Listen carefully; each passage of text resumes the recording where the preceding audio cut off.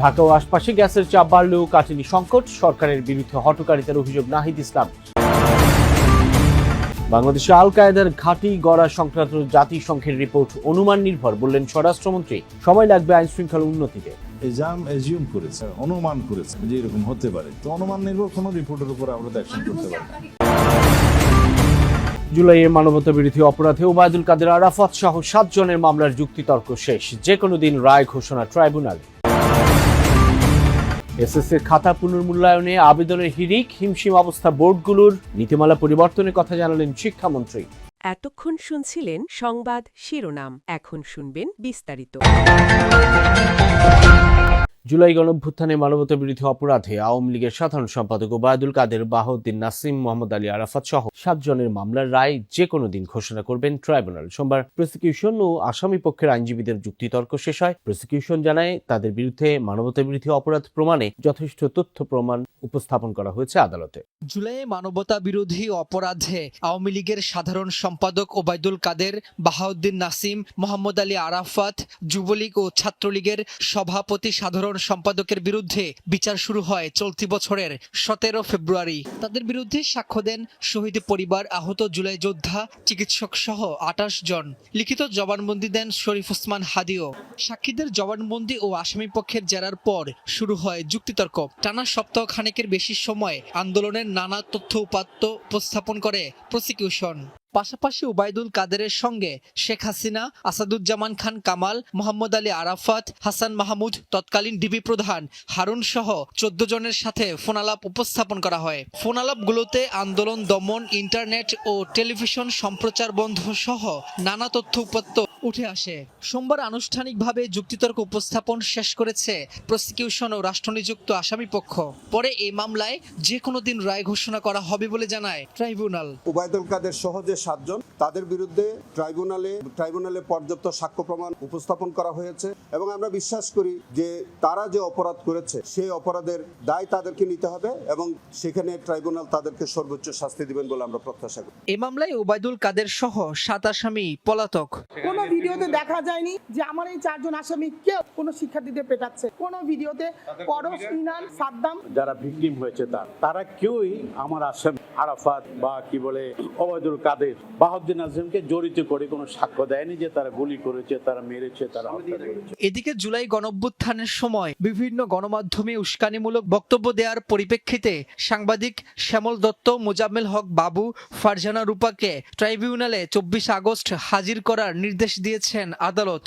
ঢাকা সহ আশপাশের কয়েকটি জেলায় গ্যাসের চাপ কিছুটা বাড়লেও সংকট কাট। ফিলিং স্টেশনগুলোতে দীর্ঘ সময় অপেক্ষা করতে হচ্ছে চালকদের। এতে সবচেয়ে বেশি বিপাকে পড়েছেন সিএনজি অটোরিকশা চালকরা। তারা বলছেন গ্যাস নিতে দীর্ঘ সময় অপেক্ষার কারণে কমেছে আয় রোজগার। গ্যাস সংকটের প্রভাব পড়েছে আবাসিক ও শিল্প খাতেও। কারখানাগুলোতে ব্যাহত হচ্ছে উৎপাদন। এতে বিপাকে পড়েছেন ব্যবসায়ী, শ্রমিকরা। দ্রুত গ্যাস সংকট নিরসনের দাবি জানিয়েছেন ভুক্তভোগীরা। এরকম চলতে থাকলে আমরা না খাই মরবো। আমাদেরকে এই কর্ম আর কেন করবো না, আর কেন কর্ম শিখছিও না। ঘন্টায় ঘন্টায় বয়ে তাই গ্যাস লইতে পারি না, কালে সারা রাত বইছি, এতে কোনো গ্যাস কিন্তু খবর নাই। পাম্পে সিরিয়াল দিয়ে ঘন্টার পর ঘন্টা বসে রয়েছি, গ্যাস নাই।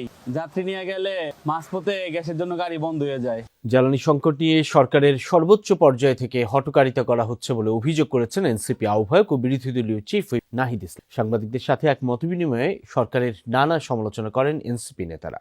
গণমাধ্যম কর্মীদের চোখে রক্তাক্ত জুলাই স্মৃতিচারণ অনুষ্ঠান। এতে অংশ নেন 24 জুলাইয়ে সংবাদ মাধ্যমে কাজ করা প্রতিবেদক, সম্পাদকরা। তুলে ধরেন সংবাদ সংগ্রহ আর প্রচার প্রকাশের নানা দিক। দিনের পর দিন যে খুন-গুমের আয়নাঘরের যে চর্চা হচ্ছিল, আসলে সেখানে সাধারণ কোনো মানুষ কথা বলার মতন ছিল না। নিউজ রুমে আমাদের কাছে ফুটেজ ছিল, সারি সারি লাশের ফুটেজ, কিন্তু আমরা সেটা দেখাতে পারিনি, বলতেও পারি। গণমাধ্যম কর্মীরা নিউজ রুমে বসে তারা কিছুটা হলেও বল খাটিয়ে কিন্তু তারা তাদের এডিটোরিয়াল পলিসির বিরুদ্ধে গিয়েও এই খবরগুলো ছাপিয়েছিল।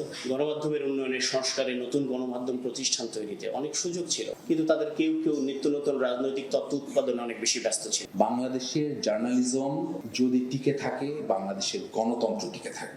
অপপ্রচারের শিকার হচ্ছে না এবং এই সময়টাতেই আসলে একটা বড় ভূমিকা রাখার সুযোগ আছে সঠিক সাংবাদিকতা করার মাধ্যমে। তাহলে এই ধরনের অপপ্রচারকেও জবাব দেওয়া যাবে। গণমাধ্যমের সংস্কার পুনর্গঠন নিয়ে মত দেন সাংবাদিকরা। যারা সত্যিকার অর্থে জুলাইয়ের এগেইনস্টে ছিলেন, তারা এখনো আছেন। হিস্ট্রি তাদেরকে ইরিলিভেন্ট করে দিচ্ছে। আমরা তাদেরকে নিয়ে সিম্প্যাথি চোখে দেখা ছাড়া আর নাই। They have lost it. গণমাধ্যম কিন্তু ফ্যাসিবাদ কবলিত ছিল, মেজরিটি ছিল ফ্যাসিবাদের সমর্থকরা, সেটাই আছে। যারা রাজনীতিতে আছেন, রাষ্ট্র ক্ষমতায় আছেন, আমি সকলকে অনুরোধ করব যে গণমাধ্যমের পুনর্গঠন দরকার, গণতন্ত্রায়ন দরকার। বাংলাদেশে আল কায়েদার ঘাঁটি গড়া সংক্রান্ত জাতিসংঘের রিপোর্ট অনুমান নির্ভর বলে মনে করেন স্বরাষ্ট্রমন্ত্রী। বলেন, এ ধরনের রিপোর্ট আমলে নিয়ে সরকার অ্যাকশনে যেতে পারে না। এ সময় সালাউদ্দিন আহমদ বলেন, জনপ্রত্যাশা অনুযায়ী আইন শৃঙ্খলা পরিস্থিতির উন্নতি হতে সময় লাগবে। সচিবালয়ে সরকারের 6 মাসের আইন শৃঙ্খলা পরিস্থিতি নিয়ে কথা বলতে গিয়ে এসব মন্তব্য করেন স্বরাষ্ট্রমন্ত্রী। রাজধানী এবং এর আশেপাশের এলাকায় কখনো মিলছে শক্তিশালী ইম্প্রোভাইজড এক্সপ্লোসিভ ডিভাইস আইডি বোমা, কখনো পাওয়া যাচ্ছে বোমা সদৃশ বস্তু ও বিস্ফোরক তৈরির সরঞ্জাম। গত কয়েক মাসে এমন ঘটনা বেশ কয়েকবারই ঘটেছে। এর মাঝে জাতিসংঘের নিরাপত্তা পরিষদের এক প্রতিবেদনে এই অঞ্চলে আল কায়েদার তৎপরতা নিয়ে উদ্বেগ প্রকাশ করা হয়। বলা হয়েছে, সংগঠনটি বিভিন্ন শাখার আড়ালে স্থায়ী ঘাঁটি ও গোপন সেল গড়ে তোলার চেষ্টা করছে। এই নিয়ে সচিবালয়ে প্রশ্নের মুখোমুখি হন স্বরাষ্ট্রমন্ত্রী।